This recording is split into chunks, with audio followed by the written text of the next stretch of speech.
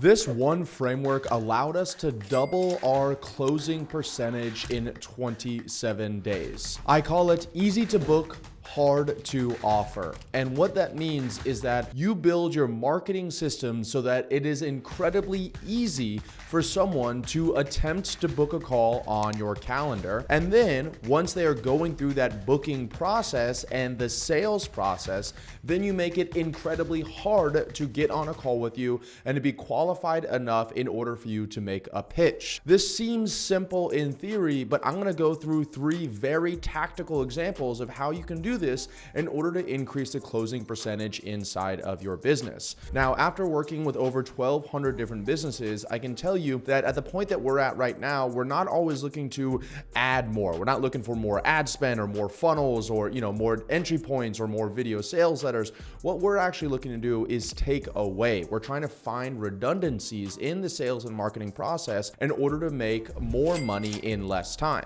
And a great example of this is going to be through this framework here. What I mean by this is most people run a 10 to 15 person sales team to generate the kind of revenue that we generate from a 4-person sales team. Our average dollar per booked call, meaning not just a closed deal, but on average, whenever one of our salespeople get on a phone call, it's $2,200 anytime one of our salespeople get on a sales call.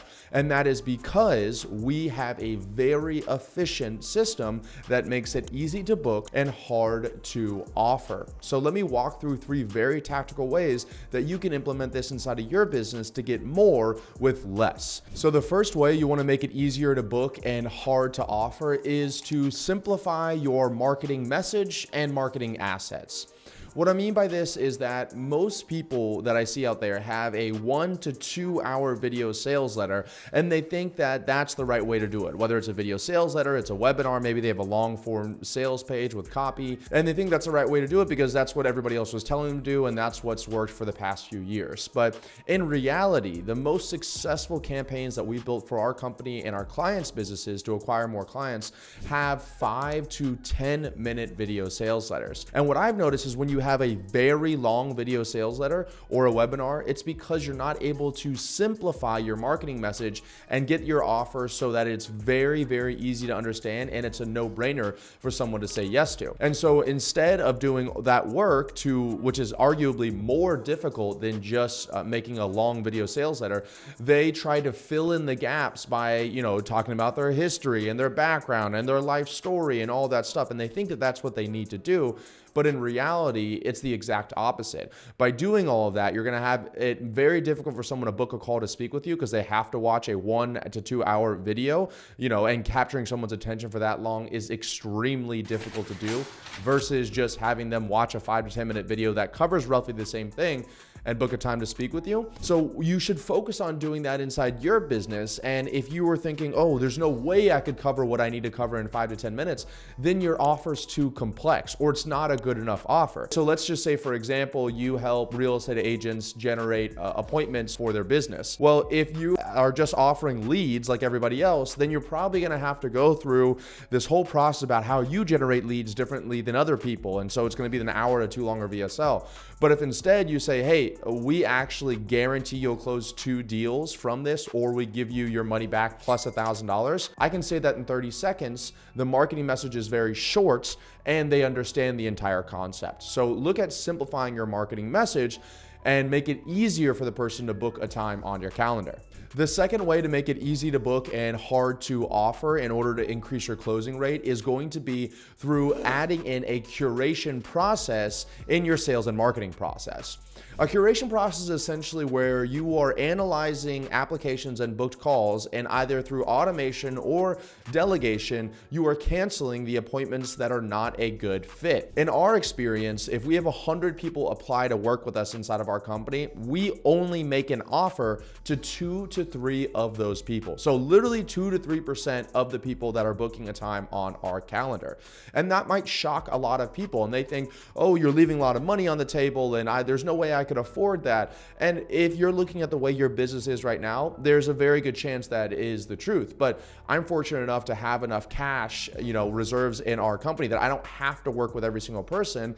And what I've learned is that if you extrapolate anything anything on a long enough time horizon like this, it's actually more profitable to do it this way. Because the reason why we only work with 2 to 3 people per 100 applications is because those 2 to 3 people, we know we can 100% money back guarantee that we're going to build them this marketing system and they're going to be profitable. And so because we know we're only working with these specific people, we get them results every single time. We get them results very quickly, which leads to them referring, renewing, ascending, which all leads to more money from that one client that we brought in. And that's how we're able to have that $2,200 per booked call, meaning how much money we make every single time we get on a call, because every single person that we get on with is, we already know is like 99% sure that we can make an offer to, that we can actually have success with. And so when we get on the call with them, we're able to make them an unbelievably insane offer that they couldn't say no to because it's literally too good. But we wouldn't be able to give that offer to everybody because they don't match the qualifications. So a few ways you can add this curation process into your business is, like I said earlier, either through automation. So a lot of the application softwares out there will allow you to add conditional logic where, for example, if somebody says, let's go back to you serving real estate agents. Let's say you only serve real estate agents that are, selling at least 2 homes a month.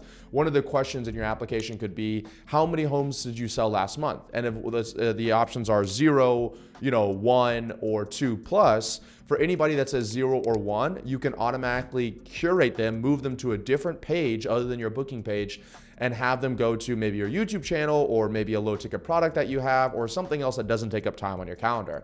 And then the people that say 2 plus, they get on time on your calendar, which is where the second part of the curation process comes in, delegation, which is when you still have somebody put their eyes over it and you see, okay, this is their whole application. They didn't get auto curated, but should we still take a time on their calendar?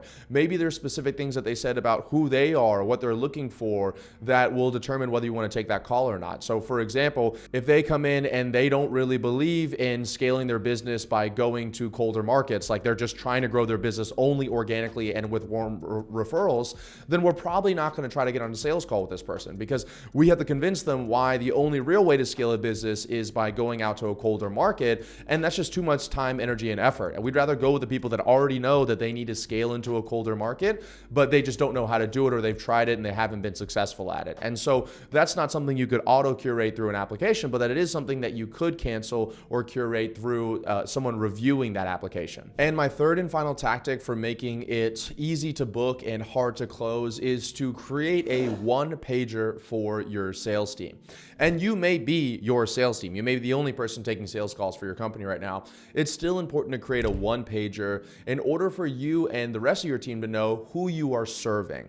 This is one of the first things that we do whenever someone works with us at Scaling with Systems, is we create this avatar, but in a totally different way than you've ever done before. It's not like the cheesy, like here's a worksheet and like, oh, just say who's this person. We go really in depth and get incredibly specific, and we work backwards from what do you want the transformation to be. So for example, for us, we want to guarantee a return on investment from our clients or their money back.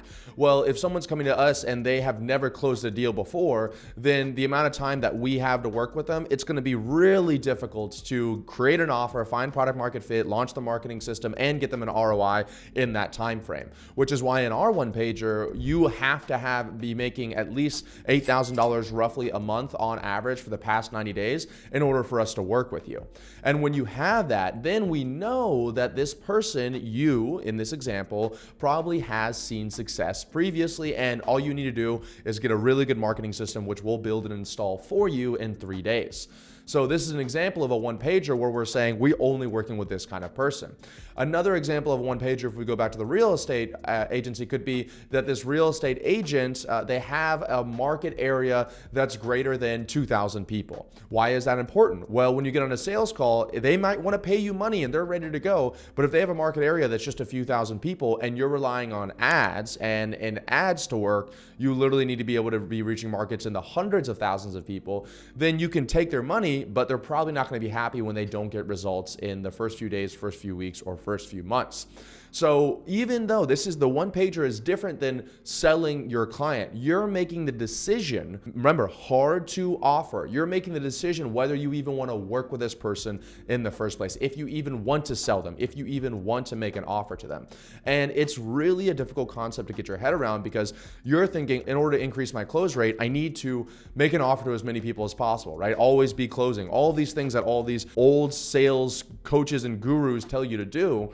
Well, the problem with that is even if you are able to momentarily increase your close rate, the problem that happens if you don't implement these 3 steps here is that you're going to start generating negative word of mouth where people are coming in, they're paying you money, but because they aren't the right fits, then they're not getting results, or they're not getting results right away, or they're not getting amazing results. And so then they're going out and telling other people, hey, don't work with this company because they didn't get us results. And that will spiral down and down. And so eventually, even if you're able to get booked calls when you have that much negative word of mouth, then if they do get on the call with you, they're throwing objections like, well, this person said this with working with you, and that person said that from working with you. And it's very, very hard to redeem yourself from that kind of reputational damage. So in the short term, you may feel like just making more offers and getting on the phone with as many people as possible will make you more money, and that may be true. But in the long term, it may be the worst thing you could ever do for your business.